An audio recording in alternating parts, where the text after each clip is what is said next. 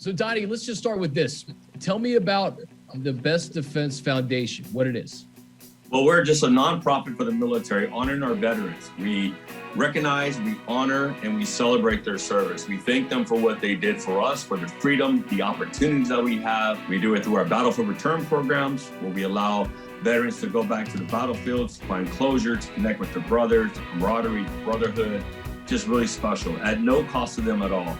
It's only the guys that were there, only the guys that were in the foxhole. So it's that brotherhood once again. So we finally get that closure. And we've done hundreds of veterans back to the battlefields from Iwo Jima, Saipan, Tinian, Guam, Normandy, Holland, I mean, pretty much all over the place, escorting these 90-plus-year-old men around the world, which has been very special. This all started just out of my love and appreciation for our military, for a guy like myself, who's one of 11 kids, to live the American dream, to be afforded the opportunity to get educated, to go on to UCLA and obtain a master's degree in education, and to play 14 years in the NFL. I mean, I'm so blessed, and I want to give back to those who gave so much to me.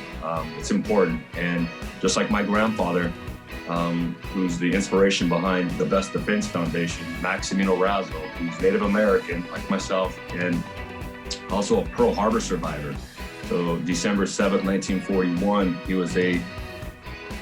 He was there in attack. And growing up without a father here in San Diego, he was my father figure. And he's always told me one thing. He's like, it doesn't matter where you come from. If you work hard in this country, you can achieve anything.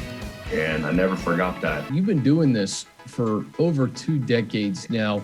Where did that passion come from? I read that you had a conversation with a vet just by happenstance and really kind of got the wheels in motion. Yeah, it happened. I'm kind of a nerd. When I was playing football, I was doing World War II reenactment. So see this guy behind me here, like dress up and just kind of like try to experience what our grandfathers went through. So we're all together and camping out and in foxholes and, wearing the same clothes and just trying to get a feel of what they went through.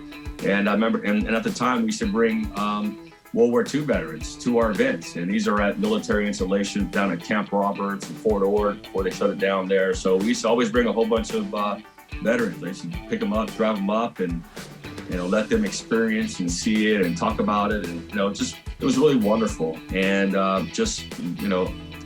sitting back, having some tea and some coffee, and some of the guys were talking about going to Normandy. I'm like, you want to go back to Normandy? And they said, absolutely. And I said, well, why don't you go? They said, because I'm too old. I don't have any money. I don't have the means to do it or move around. And I said, well, I'll take you.